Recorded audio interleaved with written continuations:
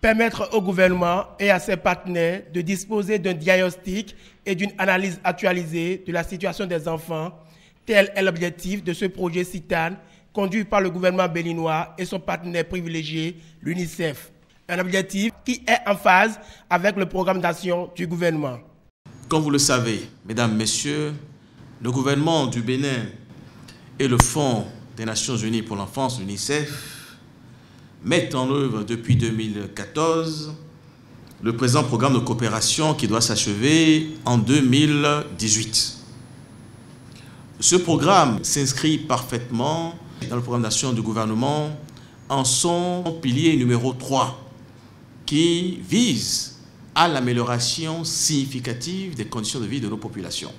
Le rapport provisoire de ce projet démontre que la situation des enfants béninois n'est pas reluisante.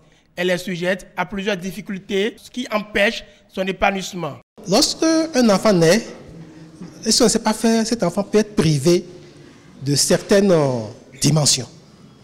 Si l'enfant ne réussit pas à aller à l'école, nous disons que c'est une privation. Si l'enfant naît et que pour le nourrir, il y a des difficultés pour nourrir cet enfant, nous disons également que c'est une privation. Il y a eu 6 dimensions comme ça qui ont été analysées.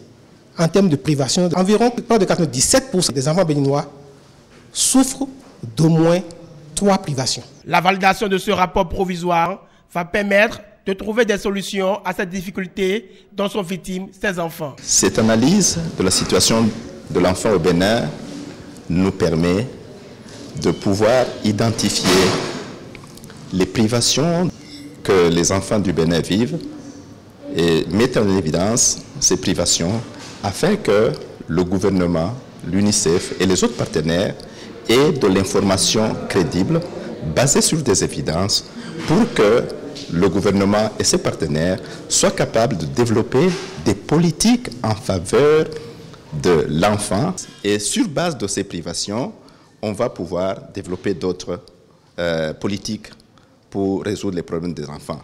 Ce projet laisse entrevoir une approche de solution à l'éternelle question de la mise en place d'une relève assurée.